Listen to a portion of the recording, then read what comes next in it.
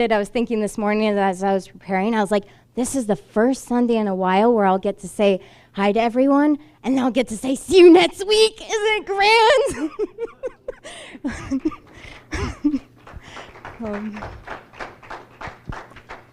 No, but I'm excited to share with you all about my trip. And I just want to start out by thanking you all, because the last time I was up here speaking, I was sharing my heart and I was sharing my burden for going, and I was also sharing that, you know, I needed another $800 for my plane ticket by the next day. And you guys just love on me so much, and you guys are just so amazing that not only did I receive my $800, you guys blessed me with so much more that I was almost able to cover my trip from that day. And so I had to raise a little bit more, but that was almost my whole trip. So you guys are just such a blessing, and I really appreciate you all.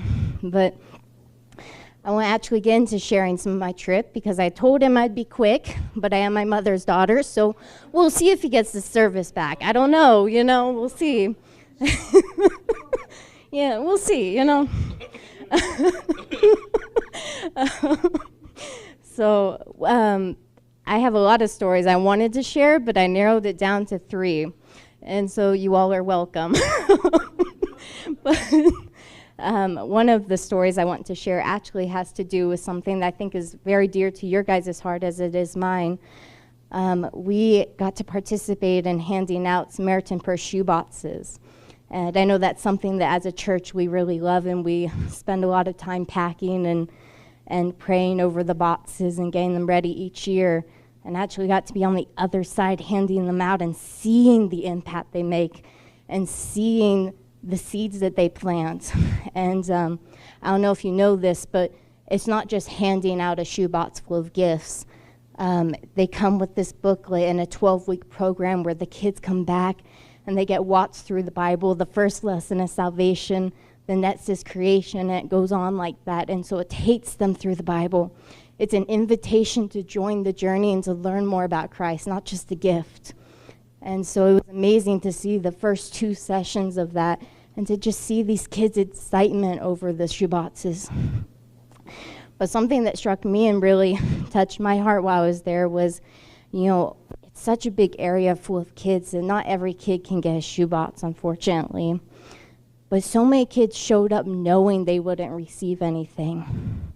Our entire right side of the building, far right set of chairs, was filled with kids who wouldn't receive a shoebox, but they were there because they were hungry to see what we had inside. They were hungry to see what we were sharing. And so they came and they participated in the songs and the games and in other kids' joys as they got shoeboxes. But then more than that, there was kids standing outside the building, pressed up against the window, 6 or 7 kids per window, just listening in, right? They're not going to get a shoebox. They can't participate in the games. They're all crammed up against the window. They're not doing the dance motions. Probably don't know the songs. But something drew them inside to look through the window for hours, standing there just waiting to hear what was inside, what was being shared, right? Something was drawing them in, and it was amazing. I felt the tug on my own heart of, would I do that? Would I be so invested in what was going on inside? Would I be so hungry to hear what the Lord was doing inside that I'd be willing to stand there for hours, crammed up, pushing the other kids out of my way so I can see what's going on inside, even if it's just from afar? And so it was really impactful. And it was amazing to see just how full the room was and how many people were outside. There wasn't a single chair left. We had kids in all these different spots. You know, they were supposed to be in age groups. That didn't work. Try getting a bunch of children to sit in the area they're supposed to. They don't, you know. But it was great. And actually leads me to the next story I want to talk about. When I was here last time, I shared my heart and my excitement for how the churches grow over there and how they church plant, right? And they take those buildings that run out of chairs for children and they build new ones so they can have a seat and they can come be a part of it. And they don't have to look through the window anymore, but they can take a part in the service. And so I was excited and I was hoping that we would get to do that. But God had other plans, so I didn't get to help in any church building. But I got to help build a school, which is a different kind of ministry.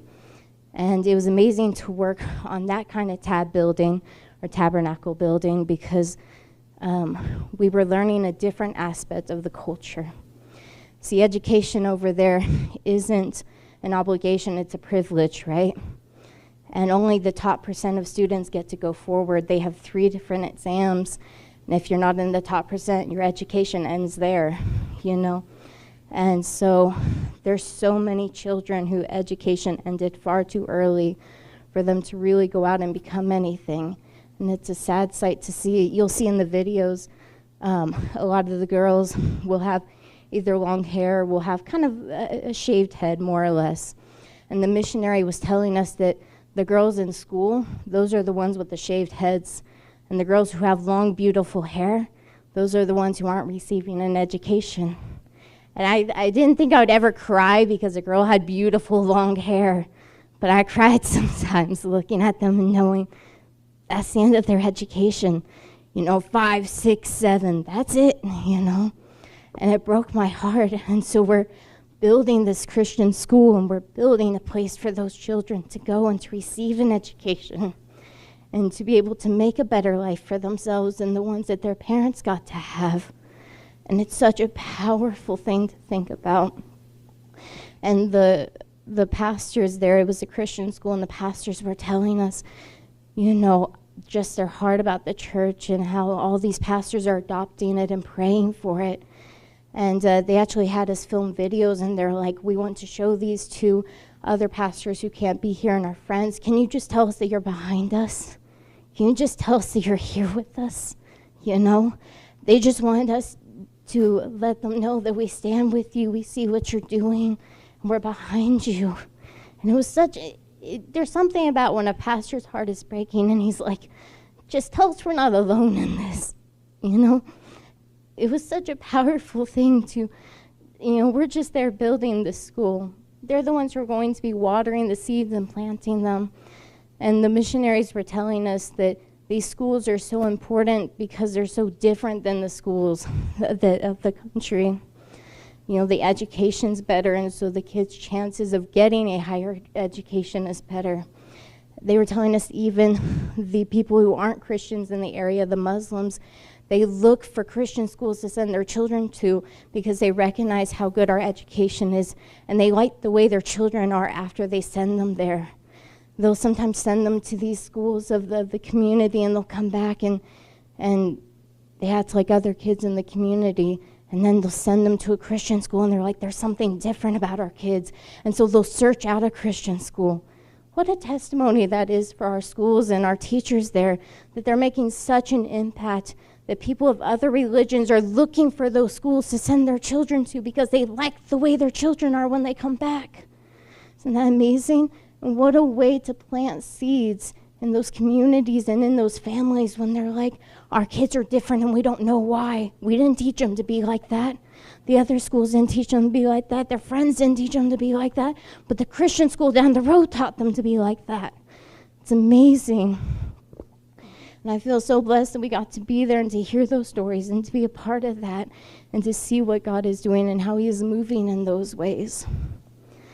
And then the third thing I want to share is actually a testimony of someone who was touched while they were working in a school. And I gotta say, I'm surprised I'm sharing this story because it's not actually an Africa story. It's just one I was told while I was in Africa. You know, but it's not of a child who was in an Africa school or someone that we got to touch. Actually, it's someone who was touched by some of the people in this room.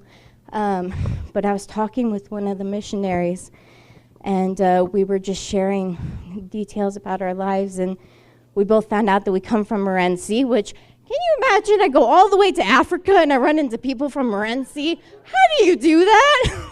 It's amazing, right? But she used to work in our very own high school, and so we were exchanging names. Oh, do you know this person? Do you know that person? And lo and behold, she knows our lovely sister Linda, who isn't here today, but she was telling me, she was like, did you know the impact she made on my life?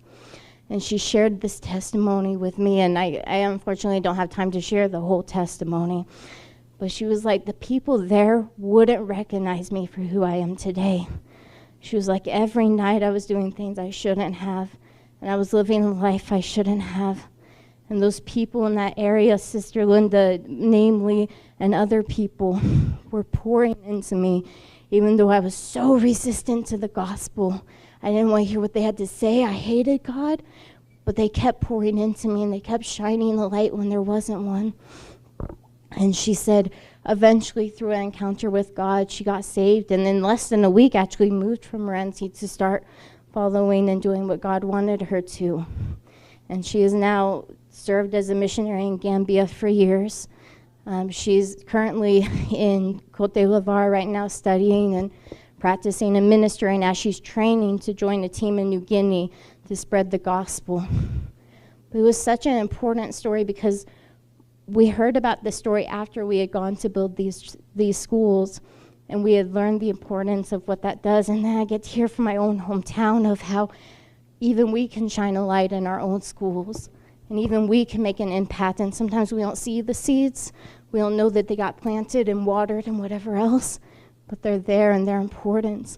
And now not only is she living her life right, but she's touching so many people in a part of the country that most of us will never go to. You know, it's amazing to see how God moves in such great ways. And it's a good reminder that as great as these trips are, our real mission field is the people around us. We don't have to go on these big trips. We don't have to do these great things. Sometimes what we need to do is just talk to our family members about Jesus, talk to our co-workers, talk to our friends, because those are the seeds and those are the people that God has put in our path.